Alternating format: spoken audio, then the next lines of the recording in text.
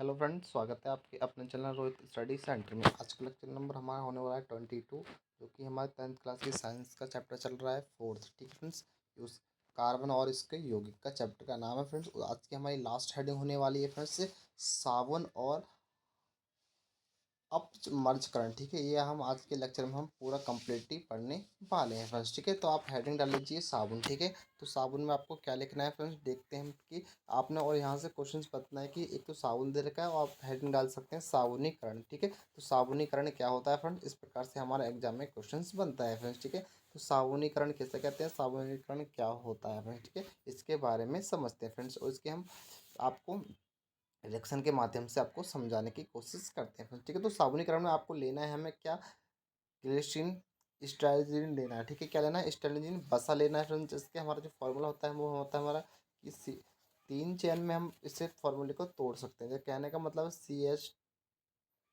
CH2O, CO, C17 और H35, और single bond से जोड़ेंगे फिर से हम इसे CHO, CO और C17, H35, फिर से चलेंगे हम CH2O, CO, C17, H35। तो ये हमारा स्ट्रेनिन का बसा होता है। ये हमारा किसका, स्ट्रेन बसा का फॉर्मूला है फ्रेंड्स। आप इसे अच्छे से रिवीजन कर लेंगे, तभी आप क्या साबुनीकरण आप स्पष्ट कर सकते हैं। और हमें क्या, इसे सोडा लाइम से इसकी हमें रिएक्शन करानी है फ्रेंड्स। ठीक है, तो हम इसे सोडा लाइम से इसके साथ हम रिएक्शन कराते हैं तो हमें क्या मिलता है, ग्लिसरीन मिलता है। क्या मिलता है हमें, ग्लिसरीन प्राप्त होता है। ग्लिसरीन हमें या ग्रोसरॉल प्राप्त होता है। ग्रोसरॉल को ही हम क्या कहते हैं, ग्लिसरीन कहते हैं फ्रेंड्स। ठीक है, आपने देखा हो कभी कुछ होता है, आप कभी केमिकल शॉप पे गए होंगे तो आपको यहाँ पर क्या होगा, कुछ बच्चों ने देखा होगा कि आप कुछ लोग ग्लिसरीन लेते हैं जो हमें फेस पे लगाते हैं। कुछ ग्लिसरीन का पाउडर जल आता है, वो हाथ पैरों पे भी आप लगा सकते हैं। ठीक है, वही हमारा यहाँ पर ग्लिसरीन बन के तैयार हो रहा है। और एक तरफ हमें क्या बनाना है, साबुन बनाना है फ्रेंड्स। ठीक है, तो हमारा ग्लिसरीन बाहर निकल जाएगा और हमें क्या बनाना है, साबुन बनाना है। क्यों, हम साबुन की साबुनीकरण पड़ रहा है तो हमें साबुन को बनाना है फ्रेंड्स। ठीक है, तो किस प्रकार बनता है, तो साबुनीकरण, तो यहाँ से हम रिएक्शन कराने के बाद सोडा लाइम की, तो जो हमारा बनेगा वो बनेगा CH2OH सिंगल बॉन्ड, CHOH और सिंगल बॉन्ड CH2OH। तो हमारा ये क्या कहलाता है, हमारा ग्लिसरॉल कहलाता है। और हमें जो हमारा साबुनीकरण का जो हमारा फॉर्मूला होता है वो होता है C17H35COON।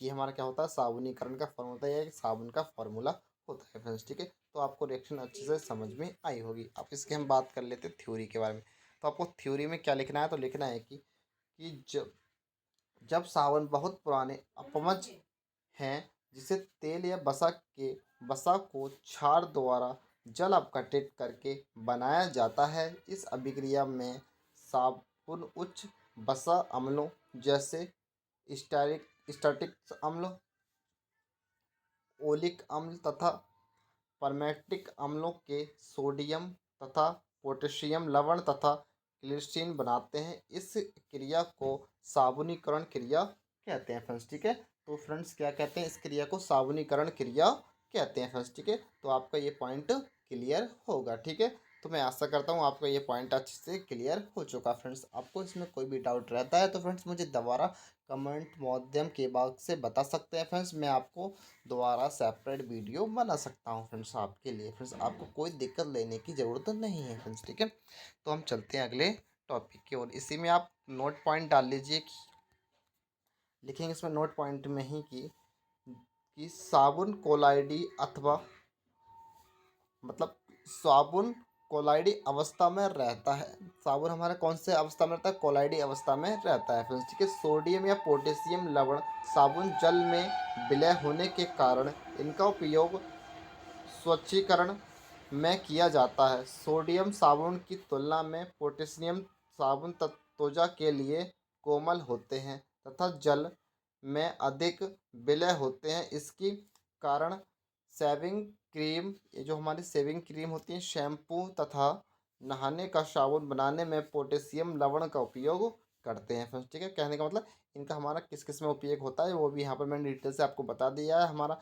जो सोप होता है, हमारा सोबिंग क्रीम, शैम्पू तथा और नहाने वाले साबुन में इसका पोटेशियम लवण का उपयोग करते हैं फ्रेंड्स। ठीक है, तो ये हमारा साबुनकरण का कुछ नोट पॉइंट हो गया फ्रेंड्स। आप इसे भी लिख सकते हो, एग्जामिनर को अच्छे से अपने साइड से इम्प्रेशन कर सकते हैं फ्रेंड्स। ठीक है, तो आशा करता हूँ मैं फ्रेंड्स आपको साबुनीकरण आपको कम्प्लीटली समझ में आया होगा। मैं आशा करता हूँ फ्रेंड्स अच्छे से आपको समझ में आ चुका होगा। अब हम डाल लेते हैं साबुनीकरण हो गया हमारा। अब पढ़ेंगे हम अपमर्ज अभिक्रिया के बारे में। ठीक है, यही भी हमारा क्या होता है एक अच्छा से इसके बारे में भी पढ़ लेते चाहिए फ्रेंड्स। ठीक है, तो आप छोटा सा ही पॉइंट है ये, ज़्यादा पूछा नहीं जाता, कभी कभी पूछ लेता है, तो ये भी आपको अच्छे से पढ़ना चाहिए। बट साबुनीकरण आपको 100% आपको एग्जाम में मिलने वाला है फ्रेंड्स। आपको शॉर्ट में क्वेश्चन मिलेगा या लॉन्ग में मिलेगा या 2 से 3 मार्क्स में भी मिल सकता है फ्रेंड्स। ठीक है, आप इसे देख लीजिए। ठीक है, एक बार पढ़ लेते हैं। यहाँ से ऑप्टिकल्स भी बन सकते हैं या 1-2 नंबर वाला भी बन सकता है फ्रेंड्स। ठीक है, तो अपमर्ज के वे शोधन अभिकर्मक होते हैं जिसमें साबुन के सभी गुण जैसे होते हैं, परंतु जो वास्तव में साबुन नहीं होते हैं।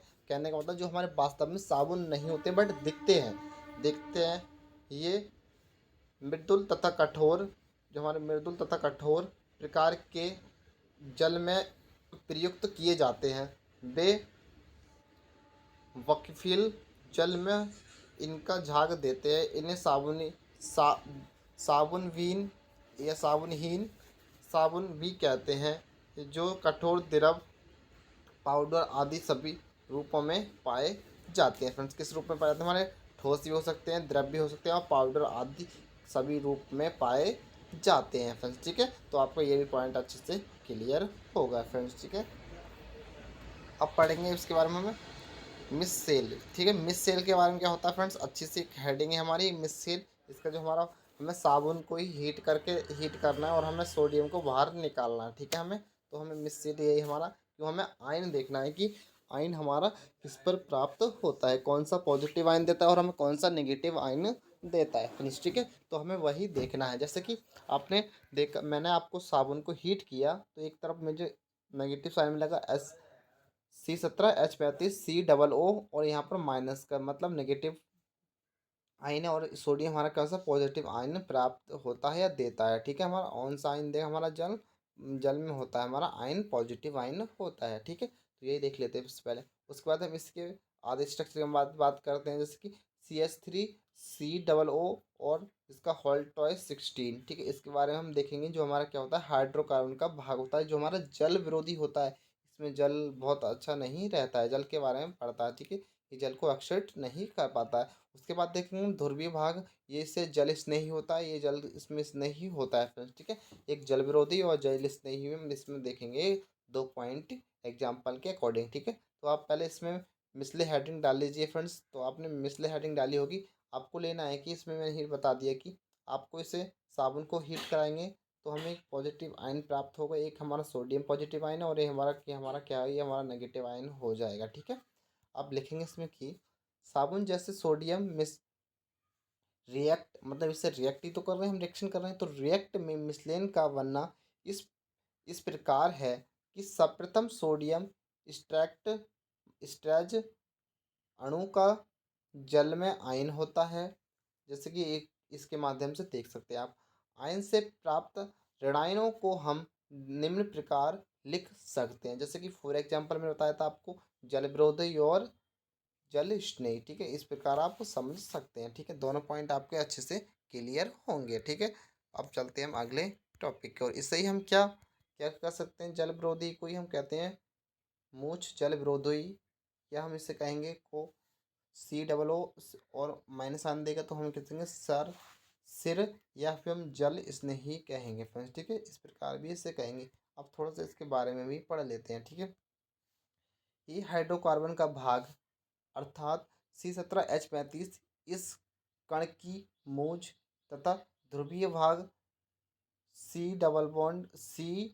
सिंगल बॉन्ड से जोड़ेंगे इसे हम, तो COO आयन कौन सा हमारा माइनस आयन देगा ये हमारा, तो सिर कहलाता है ये हमारा। इस प्रकार अणुओं का द्रव स्नेही तथा द्रव विरोधी भाग परस्पर जुड़कर एक व्यवस्था के रूप में इकट्ठित होकर मिसले का निर्माण करते हैं। जैसे कि ये देखा है यहाँ पर फॉर एग्जांपल डायग्राम में आप देख सकते हैं। ठीक है, तो एक हमारा ये डायग्राम है, इसके माध्यम से आप समझ सकते हैं फ्रेंड्स, जो कि हमारा दे रखा है। ठीक है, तो फ्रेंड्स जो हमारी जो लाइन इस प्रकार से चल रही है फ्रेंड्स, ये हमारी इस प्रकार से जो लाइन चल रही है इस प्रकार से, तो ये तो हमारी है जल विरोध हुई।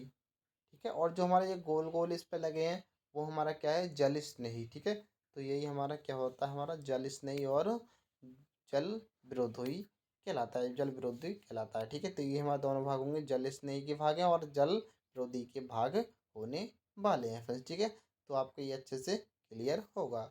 अब थोड़ा सा इसमें देख लेते हैं, लास्ट हेडिंग में चल रही है फ्रेंड्स, थोड़ा सा ही रह गया हमारा कि साबुन के शोधन। अब साबुन की शोधन की क्रिया के बारे में बात कर लेते हैं। तो आप फ्रेंड्स थ्योरेटिकल है और कुछ भी नहीं है, आपको बस पढ़ना है और लिखना है अच्छे से। ठीक है, तो आप इस प्रकार से आप लिखते हैं, आप नोट्स बना सकते हैं फ्रेंड्स और अच्छे से आप एग्जाम को समझा सकते हैं फ्रेंड्स। ठीक है, तो हमें वही लिखना है। ठीक है, तो आप लिखेंगे, आप हेडिंग डाल लीजिए साबुनों की शोधन क्रिया। आप लिखेंगे इसमें कि मिसले एक प्रकार या एक जल विरोधी विरोधी हाइड्रोजन का केंद्रीय, हाइड्रोजन का हमारा कौन सा है, हमारा केंद्रीय, केंद्रीय कोड होता है, जिसे साबुन के द्वारा शोधित क्रिया में साबुन के अणु अणु तेल की बूंदों के चारों ओर इस प्रकार से मिसले बनाते हैं जिसे हम रिएक्ट आयन का जल रागी भाग बूंदों से अंदर होता है, इस एवं जल रागी भाग चिकनाई की बूंद के बाहर कांटों की तरह निकल रहता है। अतः रिएक्ट आयनों की घिरी हुई तेल की बूंदें जब जब खिंचाव जाती हैं तो एवं गंदी सतह से हट जाती हैं। इस प्रकार साबुन तेल एवं वसाओं का पायसीकरण धुलाई में सहायता करता है फ्रेंड्स। ठीक है, तो ये आपको अच्छे से क्लियर होगा कि हम इसमें सहायता हमारा करता है फ्रेंड्स। ठीक है, तो आपको अच्छे से क्लियर होगा क्या हमारा साबुनों का शोधन क्रिया। फ्रेंड्स कुछ नहीं है, थ्योरेटिकल है सारा, आप एक बार और रिवीजन अच्छे से पढ़ सकते हैं और आप इस चीज़ का स्क्रीनशॉट लेके आप लिख सकते हैं और 2-3 बार पढ़ेंगे तो आप याद अच्छे से कर सकते हैं फ्रेंड्स। ठीक है, इंपॉर्टेंट है फ्रेंड्स। और इसके हम थोड़ा सा देखो डायग्राम के बारे में बात कर लेते हैं, जैसे कि हमारा क्या है, हमारा कपड़े पर ग्रीस लग जाता है तो ऐसा हो जाता है हमारा, है नहीं।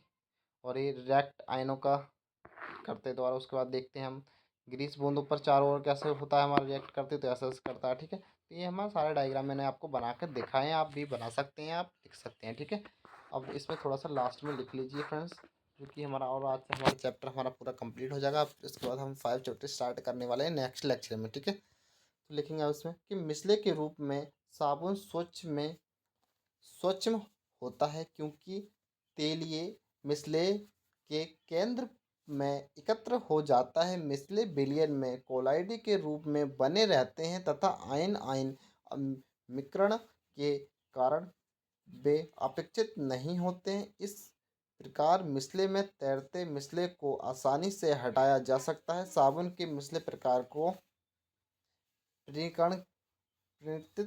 कर कर सकते हैं। यह कारण है कि साबुन का घोल बदला जैसा दिखता है, मतलब साबुन का जो घोल होता है हमारा वो हमारा बादल जैसा दिखता है, जैसे कि झाग झाग हमारा कौन सा दिखता है, हमारा बादल जैसा दिखने लगता है, किसका, साबुन का घोल जो होता है फ्रेंड्स। ठीक है, तो फ्रेंड्स मैं आशा करता हूँ आपको ये सारे पॉइंट अच्छे से क्लियर होंगे फ्रेंड्स। आज के साथ यहीं पर विदा लेते हैं, मिलते हैं एक नेक्स्ट लेक्चर के साथ और नए चैप्टर के साथ फ्रेंड्स।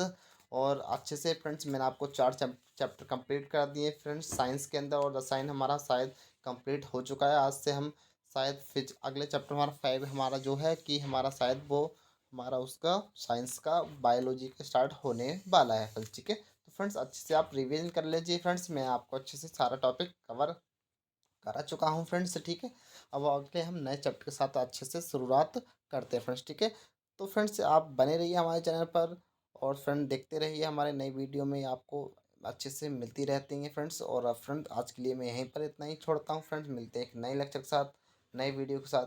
तक जय हिंद, जय भारत, वंदे मातरम।